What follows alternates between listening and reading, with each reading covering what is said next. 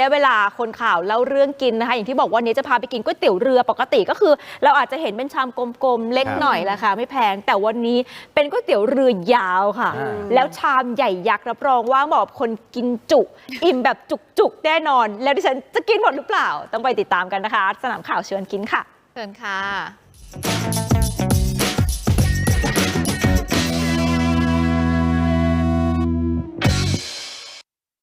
สนับสนุนโดยใหม่ Hilux Revo D ให้คุณใช้ชีวิตได้มากกว่า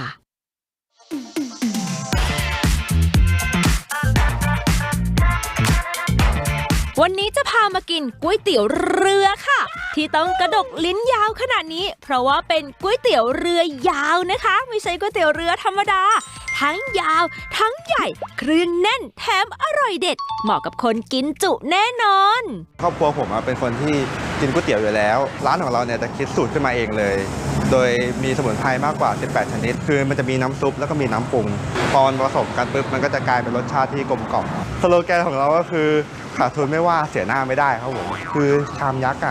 ยังไงคนก็มากินมาถ่ายรูปอยู่แล้วคือเราต้องทำให้มันอร่อยเพื่อที่จะให้คนกลับมากินอีกครั้งนะครับเราไม่ได้เน้นแค่ปริมาณเยอะอย่างเดียวแต่เรา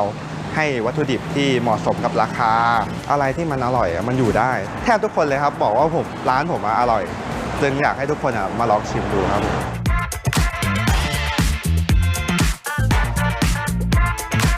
ก่อนก๋วยเตี๋ยวจะมาจัดเกี๊ยวทอดรองท้องกันก่อนกินกับน้ำจิ้มไก่หวาน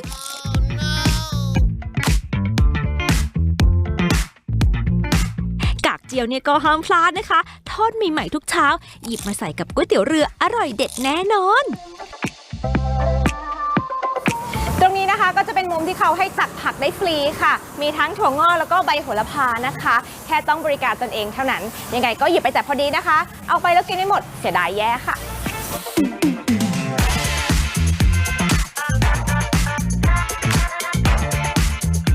ดูแล้วเนี่ยชามก็ยาวจริงยักษ์จริงนะคะแต่เจว่าน้องเจสู้ได้เจขอท้าให้น้องปุ๊กกินคนเดียวให้หมดเลยนะคะไหวไหมล่ะจ๊ะ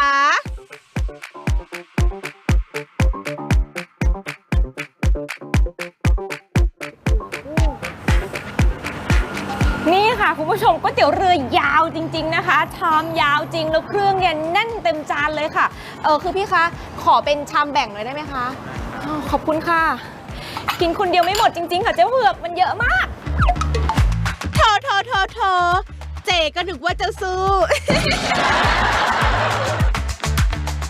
ในชามก็จะใส่เส้นมาเลยนะคะเลือกได้3อย่างวันนี้เลือกเป็นบะหมี่เส้นหมี่และวุ้นเส้นเลือกได้นะคะว่าจะกินหมูหรือว่ากินเนื้อหรือว่าผสมกันเลยแบบนี้ก็ได้เขามีหม้อแยกหมูแยกเนื้อด้วยกินได้แบบสบายใจหายห่วงมีลูกชิ้นทั้งหมด20ลูกฝั่งหมูก็จะมีตับหมูหมูสดหมูตุ๋นส่วนฝั่งเนื้อก็จะมีเนื้อสดเนื้อตุ๋นปริมาณเนี่ยเหมาะกับการกินสัก 2-3 คนกำลังดีค่ะถ้าไม่ใช่สายกินจุกินคนเดียวไม่ไหวแน่ๆจุกค่ะเขาบอกเอาไว้เลยนะคะว่าให้คลุกก่อนกินแล้วก็ชิมก่อนปรุงเพราะว่ามันอร่อยอยู่แล้วนะคะเดี๋ยวขอชิมดูก่อนนะ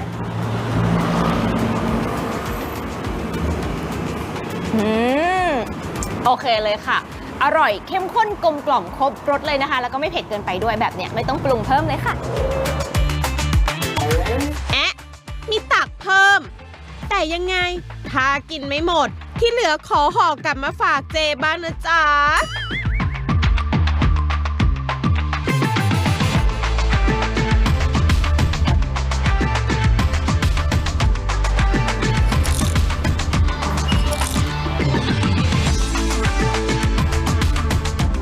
ร้านนะคะก็ไม่ได้มีแต่ชามยาวไซส์ยักษ์อย่างเดียวนะคะแบบปกติธรรมดาทั่วไปก็มีเหมือนกันค่ะอย่างอันนี้นะคะจะเป็นชามเล็กค่ะเริ่มต้นที่40บาทนะคะชามใหญ่50บาทแล้วก็เกาเหลา60บาทส่วนอันนี้นะคะก็คือเร่งเครื่องอันนี้แหละที่ไม่เหมือนใครค่ะ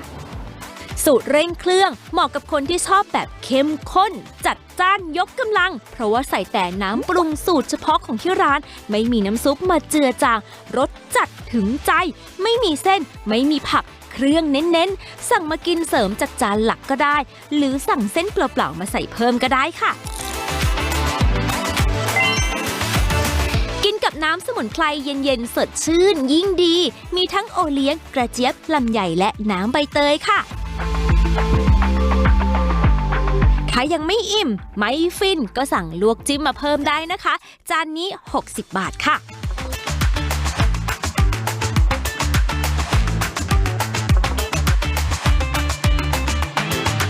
มาร้านก๋วยเตี๋ยวเรือก็ต้องจบด้วยขนมถ้วยโบราณนะคะ ถึงจะครบสูตร หรือถ้าอยากได้แบบเย็นๆชื่นใจแนะนำเป็นเฉาก๊วยนมสด อร่อยนุ่มๆหนึบๆแบบนี้ก็ได้ค่ะ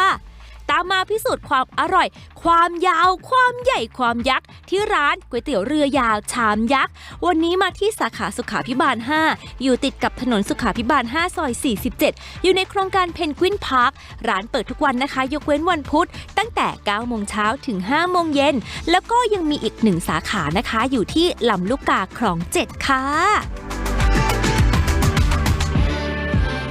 สรุปก็คือกินไม่หมดนะคะยอมแพ้ มันต้องแบบ 2-3 คนเพราะว่าแบบโหชามยาวอย่างนี้เลย เยอะจริง ลูกชิ้นอะไรเงี้ยเพียบเลยค่ะ แต่อร่อยไปกินกันได้นะคะ น่าจะเกณฑ์ไปกินกันสัก10 คนดีไหมคะ ไม่ถล่มร้านเลยนะ เนาะ แต่10 คนชามนั้นก็อาจจะไม่พอจะต้องสัก 2-3 ชาม อ๋อโอเคกันสัก5 คน1 ชาม 2-3 คนก็พอ